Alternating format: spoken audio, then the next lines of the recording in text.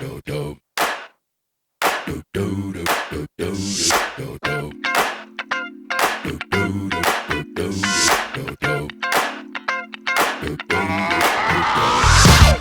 is that ice cold Michelle fight for that.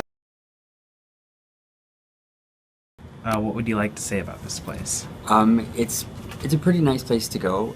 We've been here since 1973. We're going into like the 40th year. We're open 7 days a week, 21 out of 24 hours a day.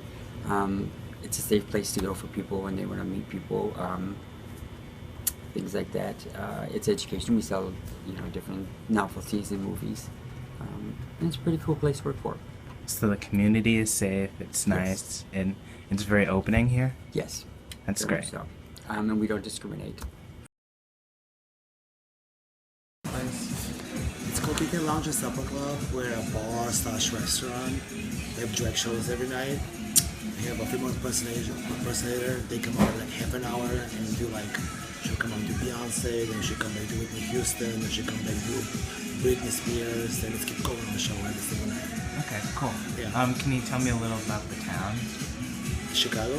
Boystown. Boystown. It's most of it like a gay LGBT area. We have all the gay bars on the street, a couple of gay restaurants, but it's a very friendly, mixed neighborhood. There's also families with kids and everything also. Cool. It's a nice, safe neighborhood to live in, yeah.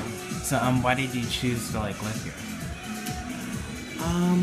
No, I just like the area, I like the vibe, but you can be open and you can be yourself. You don't have to worry about, somebody saying something on the street and call you gay or you can feel comfortable and just be yourself. You don't have to worry about anything, basically. Cool. Yeah. Okay, and let's see.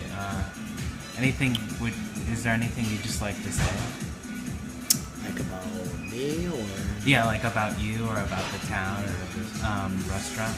I would say Chicago is one of the best cities I feel like we can live in.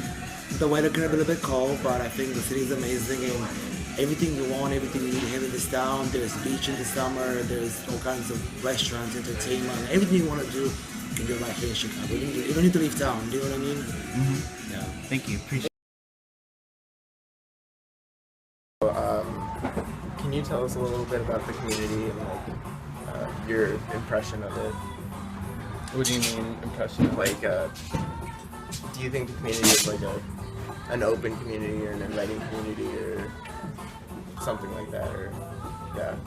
I think Boystown in general is very open community. I've come from small town suburbia, and it's way better. Accepting of all races, gender orientation, everything. I've been working here for 4 years, so Okay, cool. I've had a pretty good experience working here. How do you feel about the new Indiana religious law? I'm honestly not that well read on it. Oh, okay. Can you tell us a little about this town's history? I have no idea. Okay. Well, what's this place called again? It's called Beatniks. We've been here for 25 years. Cool. And what purpose does it serve?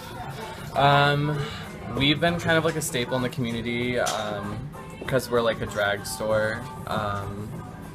We're very open and we kind of provide an environment for people in this neighborhood, especially drag queens, to find what they need, because a lot of times it's really hard for drag queens to find shoes in their size or the right makeup. We kind of cater to the gay community. Great. Thank you. The history of Boystown starts in 1969 in New York City in a gay bar called Stonewall. Police raided the bar, which sparked an immediate protest from those who were getting arrested for being homosexual and sparked a riot that lasted for 5 days. It was this incident that inspired the people of Boystown to officially come together in this area as a center for the LGBTQ community. A year after the riots, the first Chicago Pride Parade was held on June 27, 1970, in Boystown. In the 1980s, the AIDS crisis hit and began a new disease. There wasn't much known about it besides the fact that it only appeared in gay men. It was known at the time as gay cancer. This caused major concern for areas like Boystown because of their large homosexual population and lack of knowledge on the disease. However, this caused for the community to come together in their fear and grow as a community. In 1997, the city of Chicago installed the rainbow pillars along Halsted Street, which marks it as the first official neighborhood in America to be recognized as an LGBTQ community. In recent years, many of the people that lived in Boystown are moving to another LGBTQ community in the north called Andersonville, especially women. However, Boystown still serves a very large role to the LGBTQ community in Chicago. That is because of Center on Halsted, the largest homosexual community center in the Midwest. Located at 3656 North Halsted and open to all people in Chicago, they offer computer classes, sporting events, and a theater for recreational use.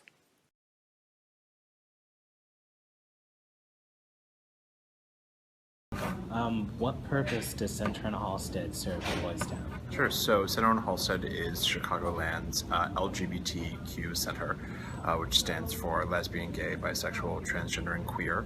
And our mission is to support the health and well-being of that community here in Chicago. So while we are situated in the Boystown Lakeview neighborhood, it is our mission and vision to serve individuals all across the Chicagoland area. That really ranges from people who need social services, so people who need kind of services the most, anything from assistance in finding housing to health and legal services, to even career readiness and vocational services. Kind of the other flip side of that is that we provide a space for individuals to socialize, to come to our building, to find community, to find others like themselves, and for a place to convene. Perfect. How does Center on Halsted ensure the privacy, safety, and comfort of its members? Yeah, so we are really fortunate here at Center on Halsted to be in a really great building, what we're in right now. And with that building, there are a lot of different spaces that really ensure privacy and comfort. Staff, volunteers, patrons, clients all have different access levels to the spaces available in our center. So one example is our behavioral health services.